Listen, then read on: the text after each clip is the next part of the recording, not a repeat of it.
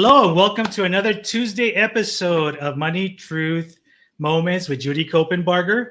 As always, the lovely Judy Copenbarger here with us. I am your host, Carlos Garcia, for this special Tuesday morning shows. And hey, glad to see you again. Always. It's so nice to see you, Carlos. I'm so excited to hear what you had to say about last week. Good to be with you. I'm always honored. Oh, thank you. I appreciate that. Hey, so I know we have a lot of folks that are tuning in, and I know folks want to get right down to it because what I found over the last several weeks since we've been talking is I get feedback from folks, even out of state, that are really tuning into the show, and a lot of the things that you have, answers you provided to the questions we've asked you, has been really helpful for folks. So let's get right to it. How about that? I'm ready. It's always a pleasure. All right. So let's start by, let me ask you, what advice do you give people just starting to build a business or, just now starting over in their business? Oh, boy. Well, I think a restart is just about the same as starting a business. But the difference is when you're starting a business for the first time, it's usually born out of a passion. It might be a business, a family business you've inherited, but usually it's something you love to do, and then you entrepreneurially, right, turn it into a business.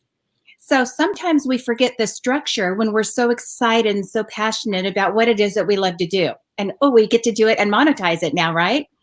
So I think sometimes there's an advantage to a reboot because there are lessons learned. And sometimes the lessons learned are from loss, from something that we didn't put in place properly or forgot to do or just never even knew what we didn't know, right? So right. The advantage to a reboot is a little bit more about what you didn't know the first time. And maybe the passion is still there, but now the passion has some boundaries to it. It has some, not limitations, but some structure to it. So I think there are probably 3 things that are most important to think about, whether it's a new business or it's a reboot. The first thing is to have the end in mind when you start. What's the outcome? Where do you want to be in 2 years, 5 years, 10 years, at the other end of your lifetime, the other end of your working years? What's the outcome you desire? Is it a way to express yourself through your passion of the work that you're doing or the service you're providing? Is it the money that you want to earn, a way to provide for your family and create a lifestyle that you want? What's the outcome? And once you have the outcome in mind, then you can create a plan with actual goals. And by actual goals, they've got to be good goals, not just, I want to make $1 million, right? I mean, that's a great one.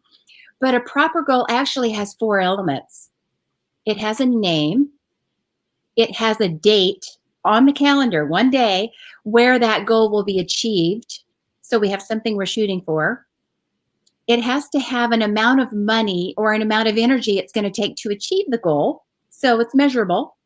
And then it has to have the outcome. And the outcome is how you're thinking, how you're feeling once that goal is achieved.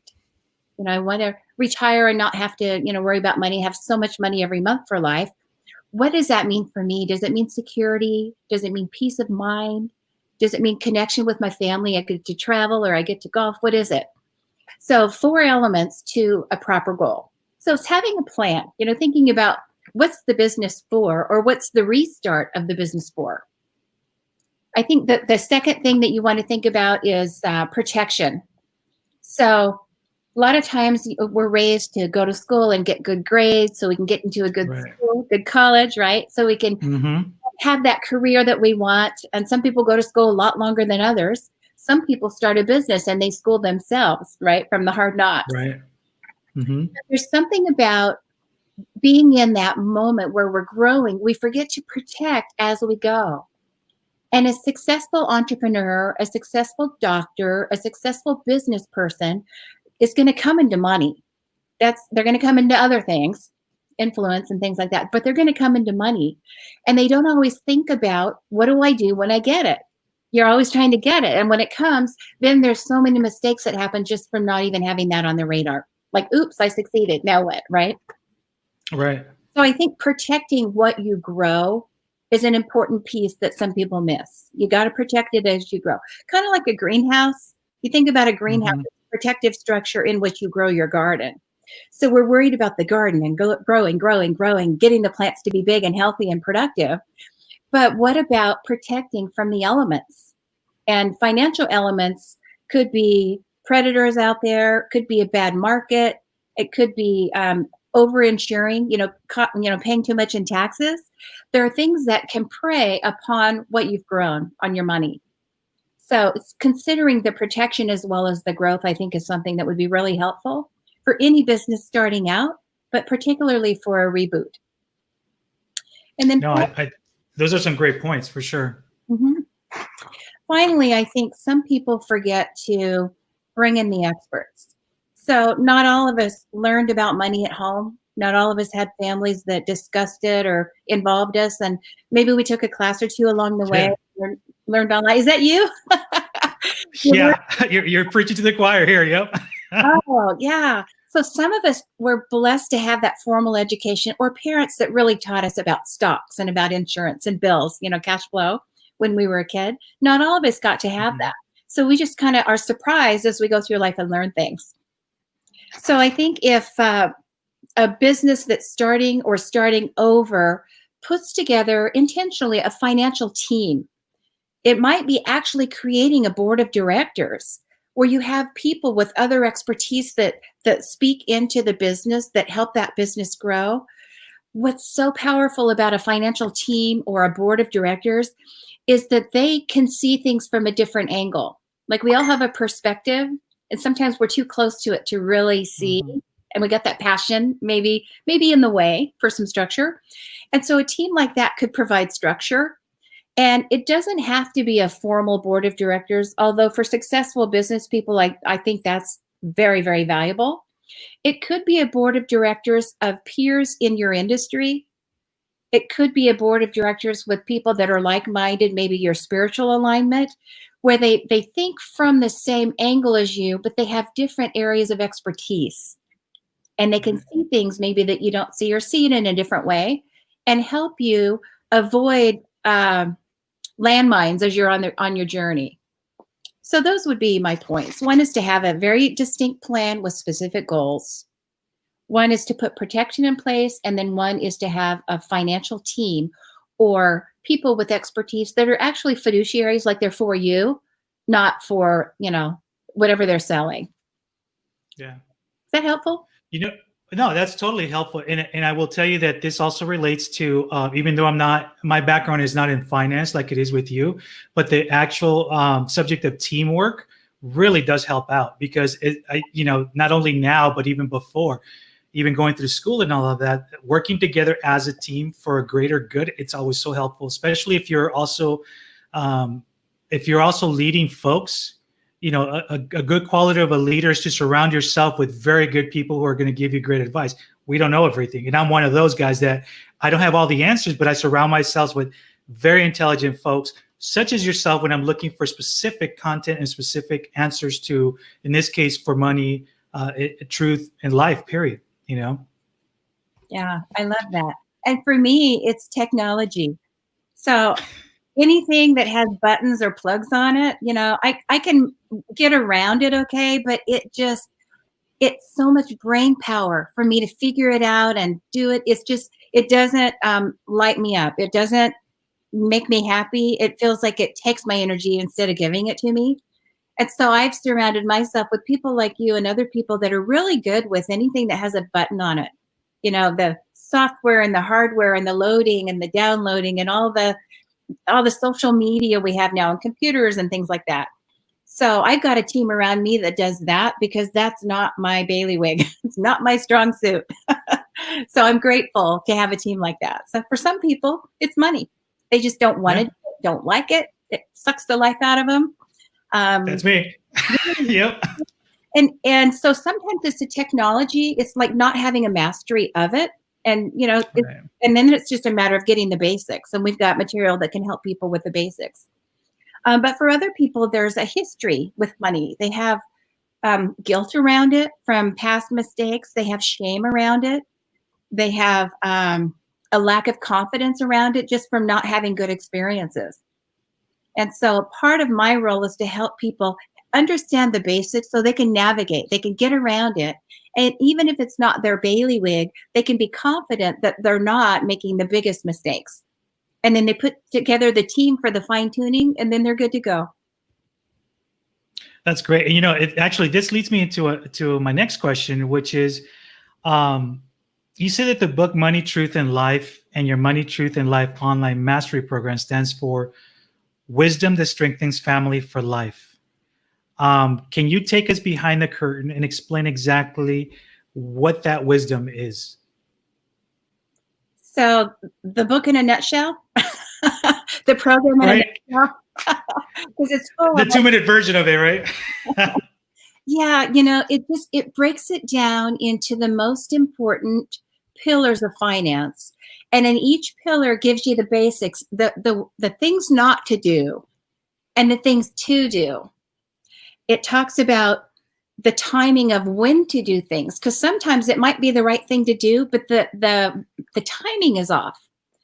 And it's so easy to go through life in any area of life where we don't really know what to do, and then find somebody that looks like they're doing okay and then do what they're doing.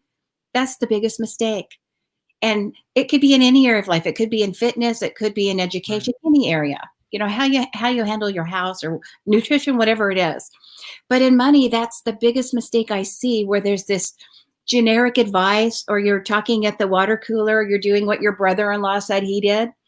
And even if you live next door to somebody and it looks like we're the same, we each have 2.7 kids and a white picket fence, and we both work at a certain corporation, and both of our spouses are teachers.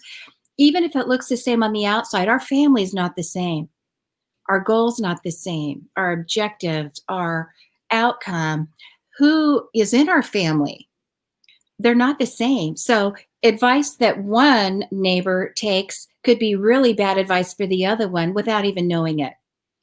And that's one issue I have with the money entertainers. They're giving advice from the stage or the television, or the books, or wherever it's coming from. Right. And the advice is generic and it's given with such passion. But I'm thinking, with my background, I've got a background that's pretty diverse. I have some maybe insights, from a different angle than others. And so if they took that advice and implemented that plan of action, they could be hurt this way. Maybe they solve a problem in the area of estate planning, but they blow up a tax issue. Or maybe they solve a problem in their investments area, but now they have a legal problem or an insurance problem. So sometimes people have just too much insurance. So now the cash flow suffers because they're overinsured. So it's a matter of working with all 5 pillars. I think that's probably the biggest wisdom, is knowing what they are and how to navigate them. Would it be helpful to review what those are? I was just about to ask you that too, please. Yeah, I'm thinking, people that are familiar with this work would know what they are, but there might be new viewers that would like to know. So 5 pillars: every decision you make every day, every choice that you make about money every day, or anything financial, happens in one or more of 5 pillars of finance. So one of them, we'll talk about the 2 protection pillars first, is legal, taxation, and we can add insurance to that. So if we have the greenhouse and then we have the garden, this is the greenhouse part, the protection part, the structure. So we legally want to have the proper entities. We want to have the proper documents in place, wills and trusts and powers of attorney and corporations, and when to incorporate, when to do an LLC, when not to. And then there's taxation. And I've been doing this for a long time. I used to say decades. Now it's generations. Really, it's kind of exciting. Some of these families we've worked with are on the 4th generation, which is awesome. Wow. So don't tell anybody, right, that I started back in the dark ages. But I've been doing this for a while. And what's so cool about planning is we can avoid taxes of all kinds. Sales tax, franchise tax, estate tax, gift tax, income tax. That's a big one. Capital gains tax. So there's a lot of ways with proper planning that you can almost zero out a lot of the taxes. It's just knowing what to do and having the right expertise available. And then we have insurances, and some people have too much and some people have not enough. But insurance is everywhere. Everything that, if you open your eyes and just look outside or drive down the street, everything you see is insured. The cars are insured. The light posts are insured. The businesses are insured. Your health is insured. A lot of people insure their life. A lot of people insure everything. You know, they insure against fire loss, against theft, against all kinds of things that could happen. Acts of God, thunder and lightning and crazy stuff, riots, right? Mhm. So when those things happen, the idea is insurance carries the risk for you if there's a loss. So it makes you whole so you can just keep doing what you were doing. Other than the event of life insurance, that's for someone else to carry on doing what you were doing. But then there are two parts of finance, two pillars of finance that have to do with the growth rather than the protection. And one is the cash flows and cash reserves. Like, I have $1, where do I put it? Right? That question. And the other one is investments. And investments can include banking, could include real estate, could include business interests. It could include the traditional investments like retirement programs, stocks and bonds, things like that. So when you put all that together and you consider each of those pillars and the impact on them with every decision you make, with every plan of action you take, you're going to navigate well and avoid most of the mistakes. That's very interesting, and I'm glad you actually cleared that up as well too for a lot of our folks too. So that's really good. If I may ask you also to maybe just give us a little bit of your background so folks are aware of where you're coming from, because you brought up folks that are up on stage, and you're right. It's for them, it's a selling point, but like in education as well too, not every student learns the same way, and you can't do a cookie cutter approach because everyone learns differently. So Right. if you can share just a little bit about your background, I think that'd be very valuable to folks just continue to getting to know you. Sure. Well, I've been at this a while, so I've been adding credentials along the way. But I guess if you looked at a resume, if I were to create a resume, the first thing that you would notice is the JD. So I have a background in law. And while I attended law school, which was with my husband, by the way, in between kids 2 and 3, we have 5. And so in between, Wow. there's a little gap between the 2 boys. And we went to law school together. My husband's a tax estate attorney as well, very prominent one out here in Wow. California. And so we Very did cool. together. And while we were in law school, I attained, it's kind of like when you major in something in undergrad. Mhm. So I majored in You have a call from 90. Oh, I apologize about that. take a message. So law and tax happened. That was in the early 90s. I started in the early 80s with insurances and investments for people. So all the credentials you can have with FINRA and SEC and all the licenses to sell products, I have from back in the day. So I understand the inner workings of those and which products are good for you and which ones are not good for most people. I also have a CFP designation. So that's a certified financial planner. So that just means I have a background. You have to go to college for that. So when You have a call from 90. tell them I'm busy. Don't you just love You know, it? it has never happened, right? So here's what you expect when you do lives, right? Unfortunately, Absolutely. Phones ringing, dogs barking, and the postman's at the right. Awesome. So that's one for our blooper reel. How's that? We can definitely put it for that. I love it. That's life, right? We're all home and Yep. things happen at home. So yeah, Yep. hilarious. So the CFP, that just means comprehensive planning. And then I have an AIF designation. So that's an accredited investment fiduciary.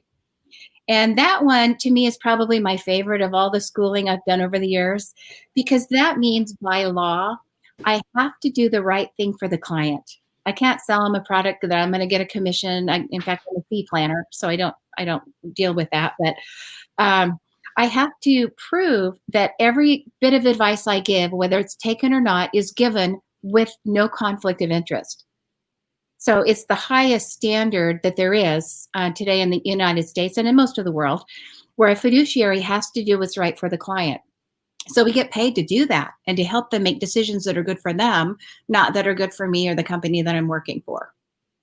So those are some of the credentials. If you look at that, I think my greatest credential is just being a mom. I've got 5 amazing kids. We've raised them together on the soccer fields and with music and all of that. But they're all doing really well financially.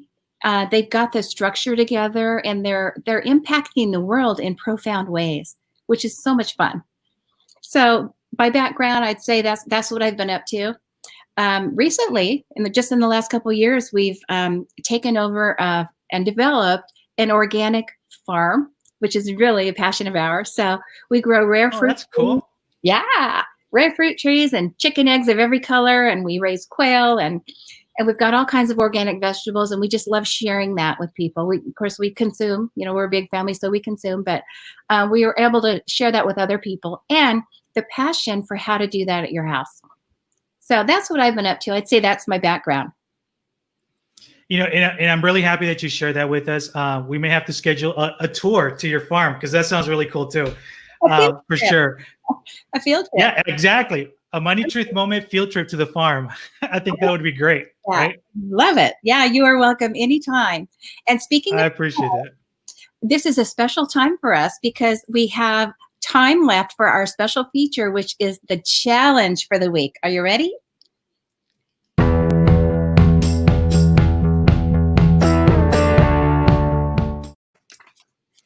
We're ready. I look forward to this also. My favorite segment of this show. So it's challenge time.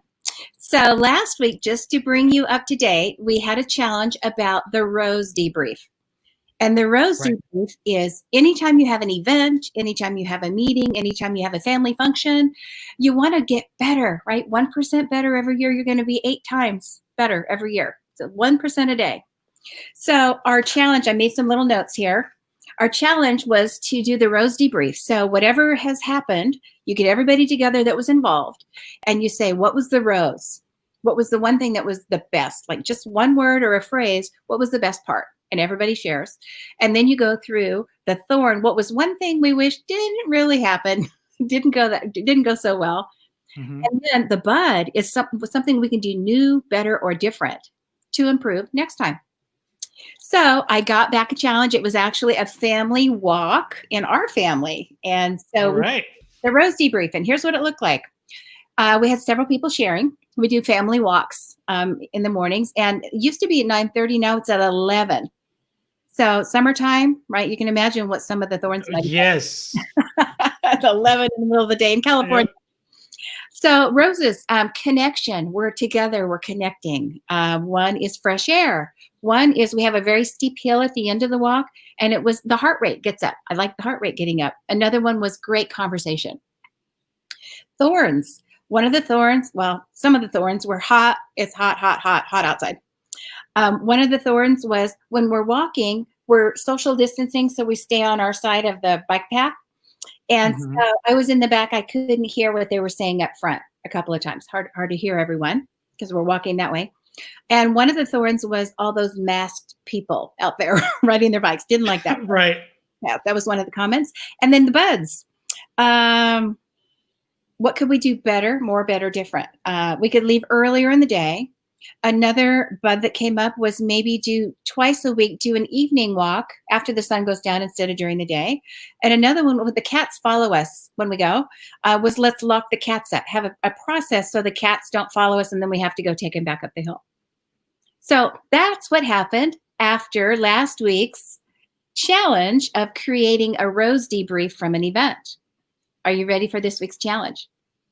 Yeah, but I have to say that that is really a family walk that includes the cats. That's awesome. Well, they're supposed to be on the farm. I call them the rat pack. They're supposed to be taking care of the rats and the other, little flea things that don't help the garden. So we don't need them on walks. They need to stay home. Just cars, all that.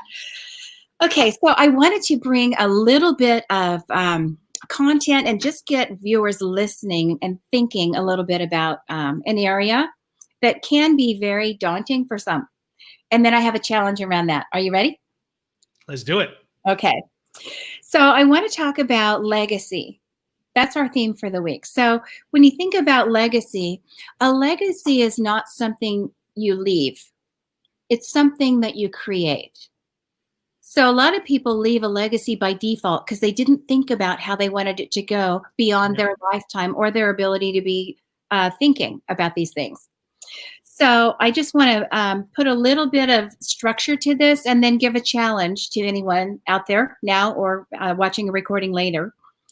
So one thing is to think about when it's your legacy beyond your lifetime. You think of all you've accumulated and will continue to accumulate. What's going to happen with it next? And if you were there, imagine yourself in the future. You're not here to say, but you want to document what it would be if you could say. What would that look like? So thinking about something like a remarriage. We all know families where this has happened. And later in life, there's a remarriage, and then the assets don't go the way we thought they would. We all have a story, maybe in our family, somebody we know, down the street or at church or something. So if there were a remarriage, if Larry or I passed away before we expect to, because we both think we're going to be 100 or so, would the other remarry? And if they did, would we want to make sure that everything that we accumulated together goes to the children of our marriage rather than some other person and some other person's children? That's a great point. Is that a consideration? Something we don't think about it every day when we're drinking our coffee, right? Thinking about if we have children that are not already in their 30s or 40s, at what age would it be appropriate for them to receive what we're leaving them? Now, if you don't do anything, it's going to be 18. All the life insurance proceeds, the house, the business, everything that you've put together, retirement programs, they're going to get it as cash at 18. For most people, that's too much too soon. And I would agree for the most part. But what age is right? And all people are different. All children or grandchildren are different. What's the magic age? Is it 25? Is it 30? Is it 50?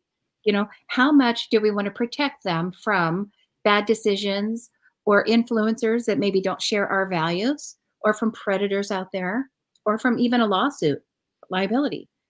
So thinking about at what age would it be appropriate for children or grandchildren to receive what we're leaving them in the absence of us.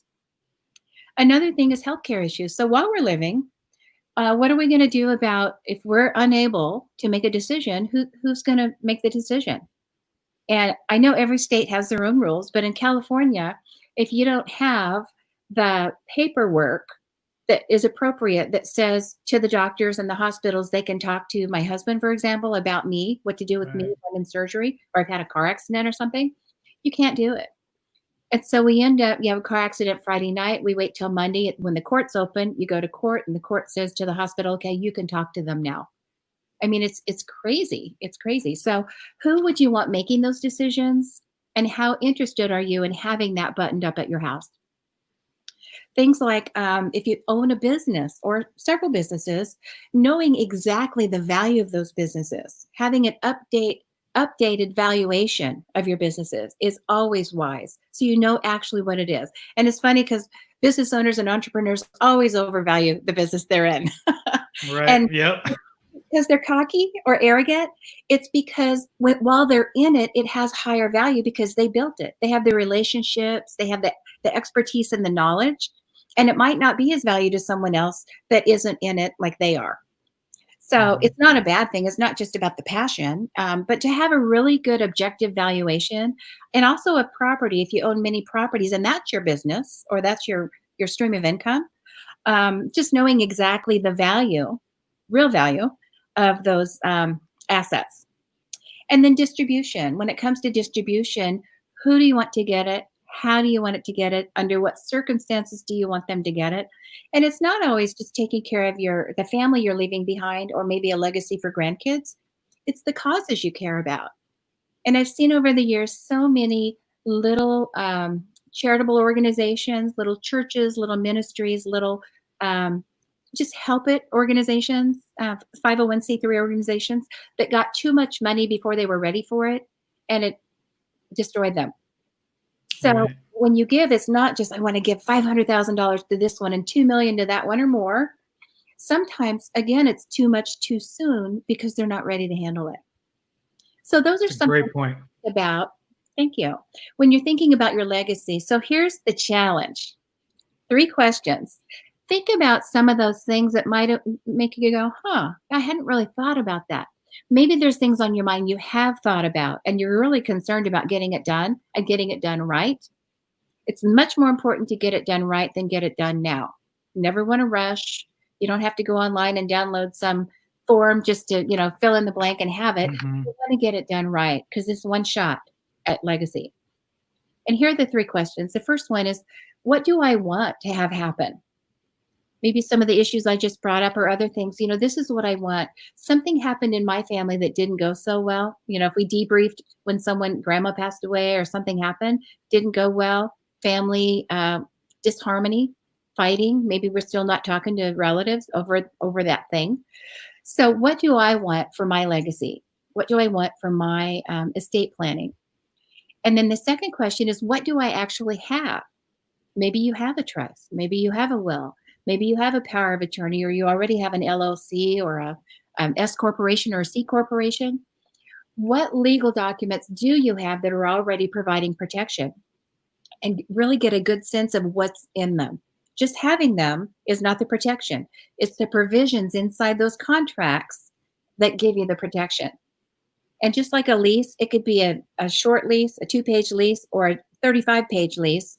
They're going to have different levels of protection based on the provisions inside. Right. So it's got to be thorough and cover the things, all the contingencies that can happen. And then the third question to ask yourself as the challenge is, now I know what I want, and now I know what I have. What do I need? What do I need to put together? What's the gap? What's missing? What expertise do I need? What do I need to learn? Who do I need to talk to? What information am I lacking? What do I need to do next to get closer on that path, get closer to the goal of having my legacy in perfect order? 3 simple questions, and I'm looking forward to hearing from some folks next week about their answers. No, that's great. That's a great challenge, folks. You've heard her again, Judy Copenbarger, putting out the challenge for this week. So make sure that you replay this. We'll be creating a post as well too, placing the questions on there so you guys remember what these questions are for next week. If you're not following Judy, please do so. I have the website scrolling at the bottom at judycopenbarger.com. Please make sure that you share these videos because they have a lot of great information. Follow her, hashtag Judy Copenbarger. She's on YouTube, she's on Facebook, she's on LinkedIn. Make sure, folks, that you are staying in touch because she's a wealth of knowledge. And as you can see, what you see is what you get. Very grounded, really caring for folks. One last thing before we part is, what's Judy doing this week as far as events? You have anything coming up? Oh, I got lots of things coming up. Yeah, if you've gone on my Facebook, you can see the event that starts, it's this weekend, Friday, Saturday, Sunday. And this is with my dear friend from Germany, but it's happening all over the world. US is most of our attendees. Uwe Dockhorn, or you could say Uwe, is the way he says his name, Dockhorn. It's an amazing summit. It's primarily created for CEOs, corporate, like C-suite people, and he's got a wonderful program for physicians, anyone in the medical industry. And it's really, how do you get your life back? Now that you have created this monster of success, how do you get your life back and find balance in that? Which is so close to my heart. Amazing lineup of speakers. I'm one of them. But there are some wonderful people that are going to share. And that's this week. Also coming up, I have a Les Brown event in July. And that's going to be awesome. Again, it just frees people up. They get all the resources that they need, great speakers, all kinds of perspectives, just to help them do their life better. And I bring the money piece to that. So I'm honored to be a part of these events, and I hope you can join us. Awesome. I appreciate it. Judy, as always, thank you so much for your time. I look forward to our next Tuesday, folks. If you're just tuning in, we have Money Truth Moments every Tuesday morning at 8 o'clock with Judy Copenbarger. Any last parting words before we go? No, it's just always a pleasure, Carlos. I love your platform. I love your heart. And I love who you are for people, for the world, just helping us get this message out so people can know better and then do better. So thank you. Appreciate that. Very kind of you. All right, folks, stay tuned. Next week, make sure you look out for it. Make sure you follow Judy again at judycopenbarger.com. Follow her on social media, Facebook. Follow her on LinkedIn, and a lot of good surprises and fun stuff, but you have to follow her. Thanks, guys. We'll see you next week.